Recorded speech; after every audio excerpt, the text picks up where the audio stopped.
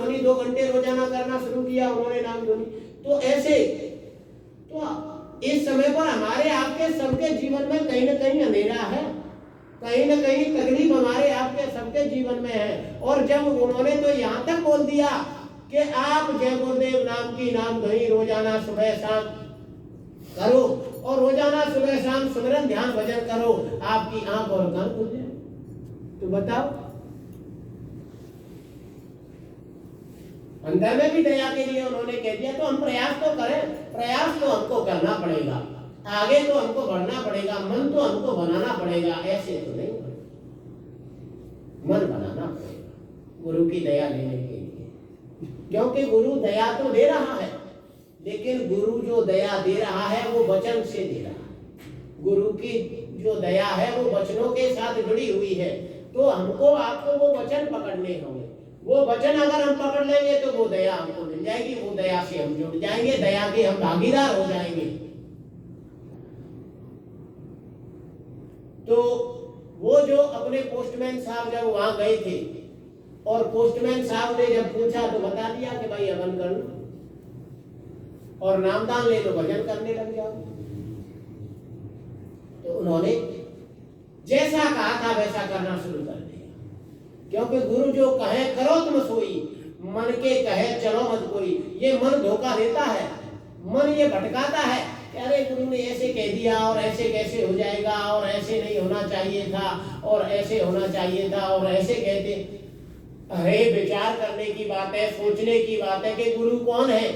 अरे गुरु उस धुरधाम का वासी है, गुरु ऊपर के लोकों में आने जाने वाला है, गुरु अंड पिंड ब्रह्मांडों में जाने वाला है, और हम और हमारा मन कहाँ जाने वाला है ये विचार कर ले। गुरु तो हमारे मन से, जहाँ हमारी सोच है वो सोच से परे है गुरु। जहाँ हमारी सोच खत्म होती है वहां से गुरु का तो शुरू होता है, और हम उस दायरे में गुरु को ला करके खड़ा करते हैं कि बताओ गुरु महाराज ने ऐसे कहा, गुरु महाराज ने ऐसे कहा, गुरु महाराज ने ऐसे कह दिया, गुरु महाराज ऐसे नहीं कर रहे और गुरु महाराज ऐसे कर दे। अरे वही तो गुरु महाराज, वही तो करने के लिए युक्ति यत्न बता रहे हैं, वही तो कह रहे हैं वो कि बच्चा ऐसे करो, बच्चा ऐसे करो। उन्होंने तरीका सारे बताए हुए हैं, सारी बीमारियों की उन्होंने दवा बताई हुई है। वो हमको करने की जरूरत है, वो हम करने लग जाए, हमको गुरु की दया मिल जाएगी, दया मिल जाएगी, दया मिलना शुरू हो जाएगी। तो वो जो पोस्टमैन साहब थे उन्होंने जैसा कहा वैसा ही करना शुरू कर दिया। वैसे ही जब करना शुरू किया तो 3 दिन का कार्यक्रम, 3 दिन का जो कार्यक्रम था भंडारे का, उस 3 दिन के कार्यक्रम के अंदर ही उनको इतना फायदा हो गया था कि पूरा परिवार वहां उज्जैन गया था। केवल एक लड़के को उज्जैन वहां घर पर वो छोड़ करके गए। तो तीसरे दिन जिनकी आवाज नहीं निकल रही थी, उन्होंने तीसरे दिन जो लड़का घर पर रह गया था उससे फोन पर बात की। जो कुछ खा भी नहीं रहे थे उन्होंने भंडारे की आधी रोटी भी खाई। जो बिल्कुल चल नहीं पा रहे थे तो ऐसे थोड़ा सा सहारा दे करके ऑटो में बैठे और बैठ करके घर आए। हर जगह इसको कहते हैं गुरु की दया। अरे गुरु तो बिगड़ी बनाने वाला है, गुरु तो बिगड़ी बनाने के लिए ही आया हुआ है इस मृत्युलोक में। यहाँ उसका तो केवल एक ही काम है, हमारी आपकी बिगड़ी बनाना। अब जो बिगड़ी बनवाना चाहते हैं वो लोग पीछे लग जाएंगे, उनकी बिगड़ी बन जाएगी। तो हमारे आपके लिए, सबके लिए जरूरी है कि हम सब लोग लग जाएं पीछे। अरे ये बड़े सौभाग्य से ये मनुष्य शरीर मिला है, दोबारा नहीं मिलने वाला। नहीं तो फिर उसी दुख के रास्ते पर, उसी तकलीफ के रास्ते पर जा रहे हैं और चले जाएंगे। अरे कुछ गुरु भक्ति कर लें, कुछ गुरु के आदेश का पालन कर लें, कुछ गुरु के वचनों के साथ अगर हम लग जाएं तो लाभ मिल जाएगा। महात्मा मौज के धनी होते हैं कि इस समय पर उन्होंने बड़ी मौज फरमाई है और मौज फरमा करके कहा है कि सेवा करना जरूरी है। सेवा के लिए उन्होंने कहा कि सेवा करना जरूरी है। तो हम सब लोगों को सेवा से जुड़ने की जरूरत है कि कहीं ना कहीं हम सब लोग सेवा से जुड़ जाएं। अरे रोजाना हमारे पास समय नहीं है तो संडे को समय निकाल लिया करें, सप्ताह में एक दिन समय हम निकाल लें और उस सप्ताह में एक दिन कहीं ना कहीं अपनी भावना जोड़ दें, कहीं ना कहीं दें, रोज लगा सकते हैं तो रोज लगा दें। बाबा जी ने कहा कि जिसके पास जब जैसे समय है वो उस वैसे समय से अपना समय लगा दे। इस समय पर प्रेमियों आलस करने की जरूरत नहीं है। ये समय आलस का समय नहीं है कि चलो छोड़ो अब रहने दो फिर देख लेंगे, ये वो समय नहीं है। बाबा जी ने कहा कि ये समय बड़ा खराब है, ये बड़ा नाजुक समय है, ये बड़ा आफत भरा समय है, क्योंकि ये कलयुग जाने को है और सत्युग आने को है। ये बीच का समय चल रहा है, ये कलयुग जाएगा और सत्युग आएगा। कलयुग जा रहा है, सत्युग आ रहा है। बाबा जी कह रहे हैं कि हमको बड़ी जल्दी है। ये बाबा उमाकांत जी महाराज कह रहे हैं कि हमको बड़ी जल्दी है, हमको बड़ी जल्दी है। तो प्रेमियों, जल्दी है तो हमको वो बात समझने की जरूरत है कि हम लोगों को शाकाहारी बना दें। अरे जहां जैसे समय निकले वैसे समय निकाल करके चले जाएं, लोगों को बता दें कि शाकाहारी हो जाएं, लोग परिवर्तित हो जाएं, लोग बदल जाएं, अंडा मछली मांस शराब का सेवन करना बंद कर दें। अगर अंडा मछली मांस शराब जो लोग खाते पीते रहेंगे तो बाबा जी ने कहा कि वो लोग कुदरत की जो सजा है, कुदरत की जो मार है, उसके दायरे के अंदर आ जाएंगे। इसीलिए हमारा आपका फर्ज है कि कुछ न कुछ हम समय निकालें, हुक्म में, आदेश में। अरे ये दुनिया तो हम जब नहीं थे तब भी ये ऐसी ही थी, आज हम हैं तब भी ऐसे ही है, और कल हम नहीं रहेंगे तब भी ये ऐसी ही रहेगी। ये दुनिया कभी नहीं मिटी, ये दुनिया तो ऐसी है, ऐसी ही रहती है, ऐसी ही रहेगी। और हमारे आपके जो प्रारब्ध में है वो तो हमको मिले। अभी 2-4 दिन पहले एक बहुत बड़े प्रेमी थे, उनसे मुलाकात हुई, तो वो बता रहे थे अपने पिताजी की घटना, बता रहे थे कि देखो हमारे पिताजी थे, हमारे पिताजी ने बताया कि हमारे दादाजी महाराज चले गए, दादाजी चले गए तो पिताजी रह गए, और पिताजी ने जब मिट्टी को छुआ तो मिट्टी सोना बन गई। उन्होंने बताया कि इतनी तरक्की की, इतना पैसा उन्होंने कमाया कि मिट्टी को छुआ तो सोना बना। और जब वो शरीर छोड़ने के लिए की मौज में आए, जब उनके पिताजी शरीर छोड़ करके इस दुनिया से जाने के लिए तैयारी की, तो उन्होंने बताया कि जब उनका अंतिम समय आया तो उनके अंतिम समय के कुछ वर्ष ऐसे थे कि सोने को छुआ वो मिट्टी हो गया। तो कहने का मतलब कि जो कुछ है वो हर एक हमारी श्वास पर अंकित है, कि हर एक श्वास का हमारा प्रारब्ध है कि इस श्वास पर हमको क्या मिलेगा, इस श्वास पर हमको क्या मिलेगा, वो सब पूरे जीवन का अंकित है। जो हमारे प्रारब्ध में है वो सब हमको मिलेगा। केवल हम अहंकार में जी रहे हैं, ये मैंने कर दिया, ये महल मैंने बना दिया, ये गाड़ी मैंने खरीद ली, ये घोड़ा मैंने खरीद लिया, बस केवल गुरूर में, केवल गुमान में करने धरने वाले, वो तो सारा प्रारब्ध है। वो तो सब कुछ जो कुछ मिल रहा है वो हमारे प्रारब्ध से हमको मिल रहा है। ये बात वो समझाना चाहते हैं, ये बात हमको समझने की जरूरत है। तो वो तो जो कुछ हमारे प्रारब्ध में है वो मिलेगा। स्वामी जी महाराज भी कहते थे कि बच्चा, तुम्हारे प्रारब्ध को कोई काट नहीं सकता है, कोई प्रारब्ध को नहीं काट सकता है। किसी के अंदर इतनी ताकत नहीं है कि जो तुम्हारे प्रारब्ध को काटते। जो प्रारब्ध में है वो तो बच्चा तुमको मिलके रहेगा। तो जब मिलकर के रहेगा तो फिर किस बात की चिंता है? अरे फिर तो भक्ति कर ली जाए, फिर तो गुरु के वचनों का पालन कर लिया जाए, गुरु के आदेश का पालन कर लिया जाए। अरे जो प्रारब्ध में नहीं है, अगर गुरु के आदेश में हम लग जाएंगे तो जो प्रारब्ध में नहीं है गुरु वो भी दे देगा। मंच से वो कह रहा है कि भाई बच्चा मैं वो भी दे दूंगा तुझे, जो प्रारब्ध में नहीं है वो भी गुरु देना चाहता है। अरे तो फिर क्या बात है? अरे वो तो गुरु महाराज तो चाहते हैं, बाबा उमाकांत जी महाराज तो बराबर कह रहे हैं, वो चाहते हैं कि लोक और परलोक, गुरु है रक्षक यहाँ और वहां के, वो यहाँ भी रक्षा करने के लिए बराबर चिंतित हैं। वो यहाँ भी रक्षा करने के लिए अभी रक्षाबंधन पर रक्षा सूत्र तैयार किया, और रक्षा सूत्र तैयार करके यहाँ रक्षा करने के लिए वो रक्षा सूत्र भेज दिया, प्रसाद बना करके प्रसाद भेज दिया। बताओ, हमें चिंता नहीं उनकी, उन्हें चिंता हमारी है, हमको उनकी चिंता नहीं है, लेकिन वो बराबर हमारे आपके लिए फिक्र कर रहे हैं। हर समय उनका चिंतन हमारे आपके लिए चल रहा है। वो कह रहे हैं कि मेरी उम्र 74 वर्ष की हो गई, अब शरीर में ताकत नहीं है, शरीर बुढ़ा हो गया है, लेकिन फिर भी बराबर भाग दौड़ कर रहे हैं। किनके लिए भाग दौड़ कर रहे हैं? विचार करने की बात है। अरे हमारे आपके लिए भाग दौड़ कर रहे हैं, और हम और आप अपने लिए क्या कर रहे हैं? कभी सोचा हमने, कभी विचार किया कि हम अपने आप के लिए क्या कर रहे हैं? अरे गुरु ने जो हमारे लिए ही बताया कि थोड़ा चलते रहो, लोगों को बताते रहो, लोगों को शाकाहारी बनाते रहो, लोगों को समझाते रहो। अरे कहीं ना कहीं हम लोगों फिर तो हमने कुछ समय निकाला कि भाई चलते रहे, बताते रहे, जहां जिसको जैसे हमको आपको मौका मिले वैसे हम अपना समय लगा दें।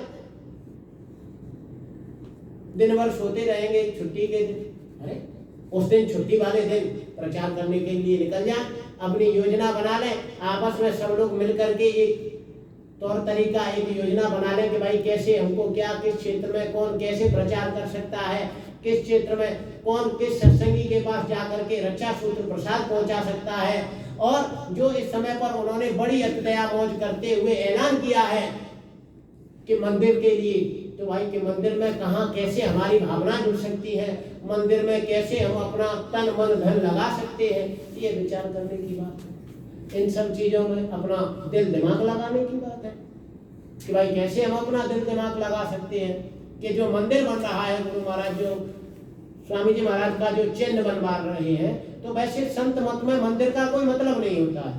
संत मत में तो अंदर में सीधे सीधे पूजा होती है, लेकिन भाई जो विलक्षण महापुरुष थे कि जो स्वामी जी महाराज कि जिन्होंने संत मत के सिस्टम को बदल दिया, संत मत के तौर तरीके को बदल दिया, ऐसे महापुरुष उनका चिन्ह, इसीलिए कि लोग पीढ़ियां जो हमारे आपके बाद में जो पीढ़ियां आएंगी वो याद करेंगे कि भाई ऐसे भी महापुरुष थे कि जिन्होंने तौर तरीका बदल दिया दया देने का, जिन्होंने जो बस सामने पहुंच गया और जो इच्छा जो मन में लेकर के, जो मनोकामना लेकर के पहुंच गया, बस उसकी मनोकामना पूरी कर दी, ऐसे महापुरुष। तो इसीलिए बन रहा है कि भाई लोग याद करेंगे, लोग देखेंगे कि भाई ऐसे भी महापुरुष हुए थे। तो ये इतिहास बन रहा है, तो इतिहास बन रहा है, तो इतिहास में हमारा आपका भी नाम अंकित हो जाए, हम और आप भी ये न रहे कि भाई इतिहास बना, हमारा आपका तो नाम ही नहीं है उसमें।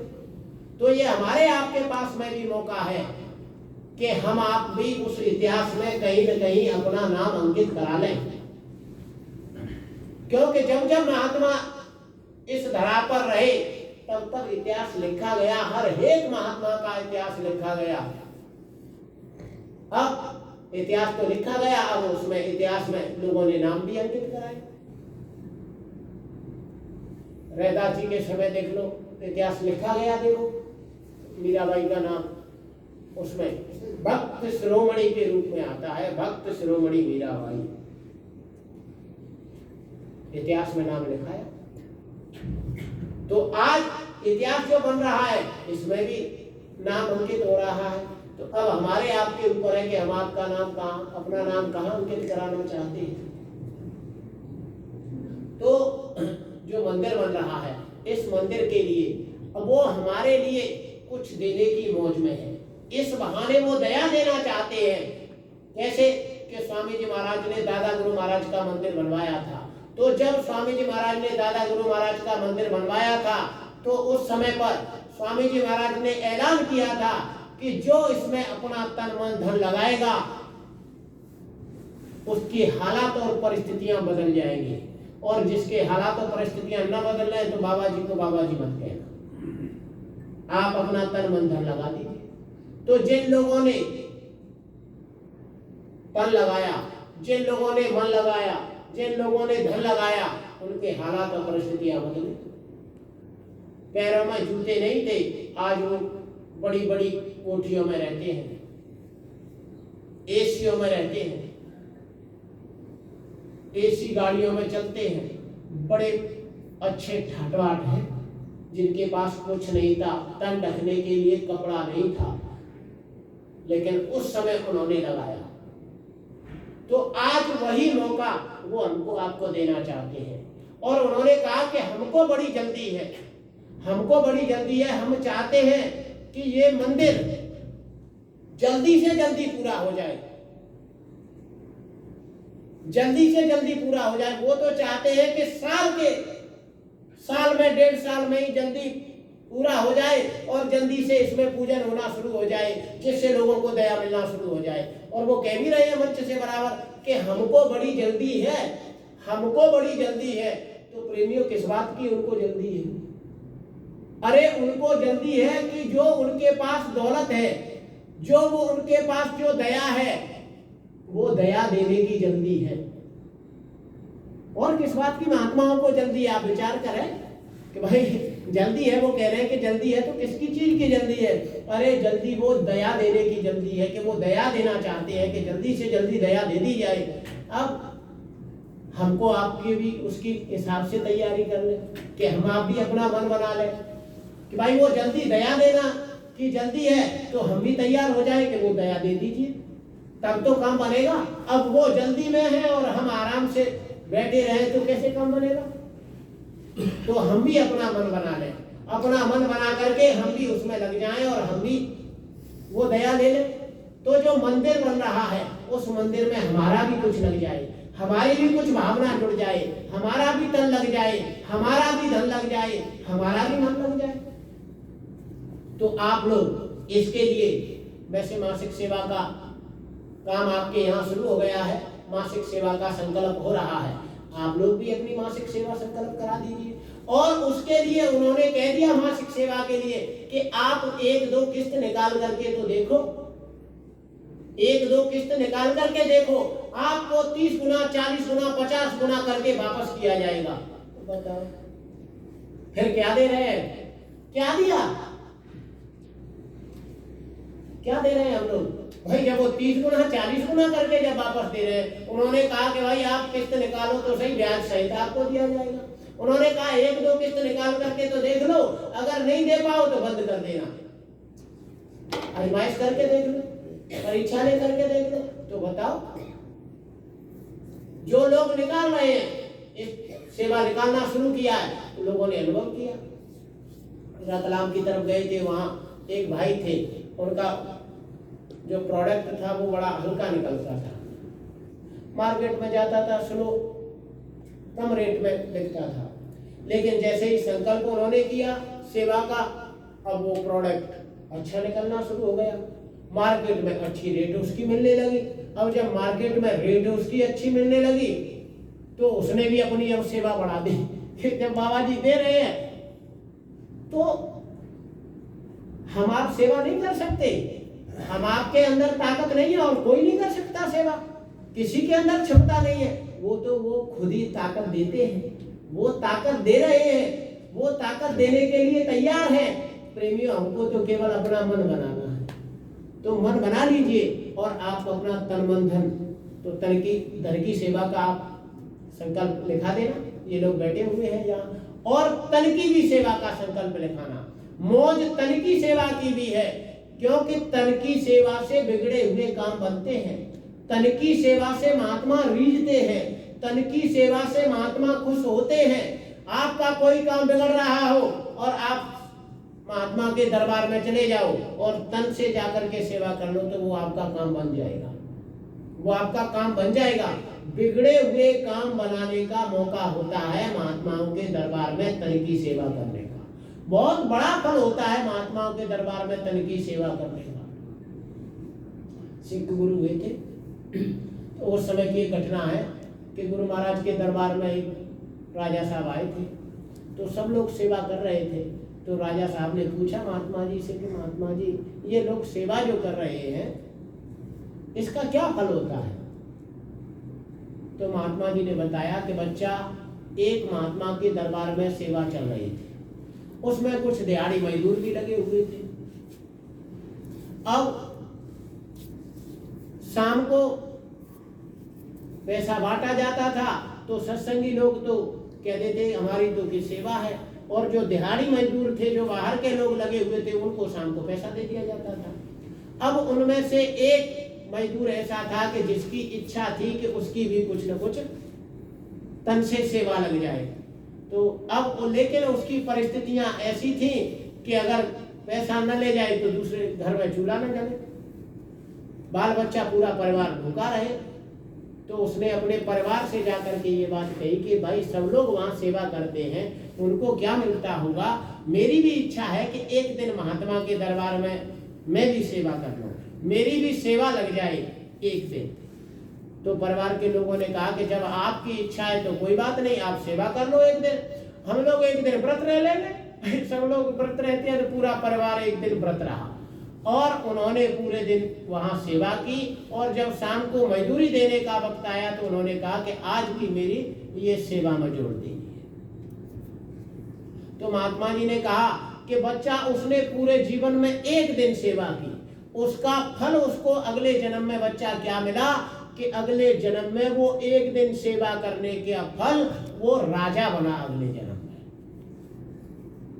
बाबा जी ने बताया कि वो राजा बना और फिर उन्होंने बताया कि वो राजा, बच्चा वो राजा तुम हो। उस राजा से ही बता रहे हैं, वो राजा ही पूछ रहा था, उसी राजा को बताया कि वो राजा तुम हो। तो महात्माओं के दरबार में तन की सेवा करने का बहुत बड़ा, इतना बड़ा फल होता है, ऐसा फल होता है। तो सत्संगी प्रेमियों, हमको और आपको भी, अरे ये दुनिया का काम तो सब होता रहता है, अरे थोड़ा बहुत संकल्प बनाए तन की सेवा करने के लिए। अरे वैसे नहीं हम समय निकाल सकते तो ऐसे तो निकाल सकते हैं कि जब हम यहाँ से छुट्टी जा रहे हैं घर के लिए, सबको 2 महीने की छुट्टी मिलती है कि नहीं, 2 साल में 1 महीने की छुट्टी, 2 साल में छुट्टी मिलती है। तो जब हम घर के लिए छुट्टी जा रहे हैं तो उस समय भाई हम 60 दिन छुट्टी जा रहे हैं तो 50 दिन घर पर रहेंगे, 10 दिन हम आश्रम में सेवा करेंगे। भाई उसमें से हम 10 दिन 8 दिन आश्रम पर सेवा करने के लिए जा सकते हैं कि नहीं जा सकते हैं? तो ऐसे तो हम दे सकते हैं। तो आप लोगों के पास मौका है कि आप लोग अपनी तन की सेवा का भी संकल्प लिखा दीजिए कि कुछ तन से भी हो जाए, कुछ तन लग जाए, वरना जो दुनिया में लग रहा है ये तो कचड़े में लग रहा है, कुछ साथ नहीं जाने वाला है। अरे सिकंदर ने तो इतना इकट्ठा किया, विश्व विजेता सिकंदर, और लास्ट में सब छोड़ करके चला गया। ऐसे ही हम भी आप भी छोड़ करके चले जाएंगे। तो मौका है कि कुछ तन, कुछ मन, कुछ धन गुरु के लिए, गुरु के दरबार में, गुरु के काम में कुछ लग जाए तो वो हमारे काम आ जाएगा। तो ये मौका हमको आपको मिला है। तो आप लोग धन का भी सेवा का संकल्प लिखा देना कि भाई कितना आप लोग, कि ये तो लेने के हैं, लेने का लिए है कि भाई क्या उन्होंने बताया कि ये तो लेना है, तो आप क्या ले सकते हैं, किस तरीके से आप ले सकते हैं, उस तरीके से सेवा का संकल्प कर लीजिए। कि मासिक सेवा उन्होंने कहा है, मासिक सेवा जो मंदिर की मासिक सेवा है वो एक तो भामा सेवा है। भामा सेवा कौन सी है? भामा सेवा वो सेवा है कि जो 1 लाख रुपए हर महीने जो सत्संगी प्रेमी सेवा देगा मंदिर की मासिक सेवा, वो भामा सेवा है, वो भामा सेवा है। अब मान लीजिए, लेकिन उन्होंने बड़ी अतिदया मौज करते हुए कहा है कि मान लीजिए हर महीने कोई नहीं दे पा रहा है तो 2 महीने में दे दे, वो भी भामा कहलाएंगे। 3 महीने में दे दे, वो भी भामा कहलाएंगे। हर 4 महीने में दे दे, वो भी भामा कहलाएंगे। जब तक मंदिर बने, साल, 2 साल, 3 साल, जो भी समय लगे, क्योंकि ये वचन बाबा जी महाराज ने कहे हैं, लेकिन स्वामी जी महाराज 1964 में कह करके गए थे। 1964 में स्वामी जी महाराज ने कहा था कि देखो बच्चा, आगे ऐसा समय आएगा, ऐसे ऐसे भामा निकल करके आएंगे कि अपना सब कुछ लगा देंगे, लंगोटी लगा देंगे और फिर भी कहेंगे कि हमने कुछ नहीं किया। ये 1964 में स्वामी जी महाराज के वचन है। आज बाबा जी महाराज, बाबा उमाकांत जी महाराज आज उन भामाओं को निकाल रहे हैं। आवाज उन्होंने लगा दी है कि आप सब लोग भामा बन जाओ, सब लोग प्रेमियों भामा बन जाओ। तो सब लोगों के भामा बनने की आवाज लग गई है। और उन्होंने ये भी कह दिया है कि इस भामा का मतलब तो मैं बाद में बताऊंगा कि इसका मतलब क्या है। अब आप और हम समझ लें कि महात्माओं की बात में कुछ न कुछ राज होता है। जस केले के पात में पात, पात में पात, ऐसे ही महात्माओं की बात बात में बात छुपी हुई होती है। तो कोई बहुत बड़ा कारण, कोई बहुत बड़ी मौत छुपी हुई है, तो प्रेमियों हमारे आपके लिए जरूरी है कि हम उसके साथ लग जाएं, उसके साथ जुड़ जाएं। अरे स्वामी जी महाराज ने कहा था कि ये कलयुगी धन है, इस कलयुगी धन को आप लगा दो, ऐसे उड़ा दो, और लगा दोगे तो आगे ये आपको मिल जाएगा। लगा दोगे तो आगे आपको मिल जाएगा, और नहीं तो फिर ये कलयुग का धन, स्वामी जी महाराज ने कहा कि इस कलयुग का धन ये कलयुग में ही खत्म हो जाएगा। वो कह रहे हैं कि आगे परिवर्तन होना, आगे दूसरा समय आ रहा है, तो मौका है हमारे आपके पास में कि हम भी उस पंक्ति में खड़े हो जाएं, उस लाइन में हम भी खड़े हो जाएं। अरे गुरु के लिए हम भी समर्पित हो जाएं कि जब वो कह रहे हैं देने के लिए तैयार है, तो फिर हम भी लेने के लिए तैयार हो जाएं। तो आप भी भामा बन जाइए, मौका अच्छा है आपके पास में। अरे 1 महीने में नहीं तो 2 महीने में, 2 महीने में नहीं तो 3 महीने में, 3 महीने में नहीं तो हर 4 महीने में आप निकालना शुरू कर दीजिए आपके पास में। और फिर वो तो ये कह रहे हैं आप निकालना तो शुरू करो, 1 बार 2 बार दे करके तो देखो, जब आपको मिले गुरु महाराज दें तो आप देते रहना, नहीं तो बंद कर देना। तो बताओ इसमें क्या नुकसान की बात है? अरे जब गुरु देने के लिए तैयार है, जब वो दे रहा है तो वो दे रहा है, तो उसके देने में ही फिर हमको क्या परेशानी हो रही है? अरे हम तो यश ले लें, नाम कमा लें, नाम कमाने में क्या जा रहा है? हमको देने के लिए तो वो ही दे रहे हैं, और दे रहे हैं। जो लोग सेवा देना शुरू किया है वो लोग, सब लोग अपना अनुभव बता रहे हैं कि हमारा ये हो गया, हमारी इस तरीके से हमको दया हो गई, हमारा प्रमोशन हो गया, हमारी तनख्वाह बढ़ गई, हमारा बिजनेस बढ़ गया, इस तरीके से। दूसरा कि जो लोग इस तरीके की सेवा नहीं कर सकते, कि भाई भामा सेवा नहीं कर सकते हैं, तो अपनी बढ़ा चढ़ा करके तो सेवा हम लोग कर सकते हैं कि भाई हमारी क्षमता 2000 की है तो हम 3000 दे सकते हैं, इस तरीके से तो हम कर सकते हैं। तो आप सब लोग बढ़ा चढ़ा करके अपनी सेवा का संकल्प कर लीजिए, और संकल्प लिखा दीजिए यहाँ।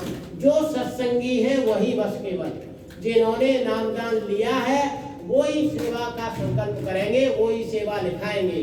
जिन्होंने नामदान नहीं लिया है उनकी सेवा नहीं ली जाएगी, वो सेवा नहीं देंगे।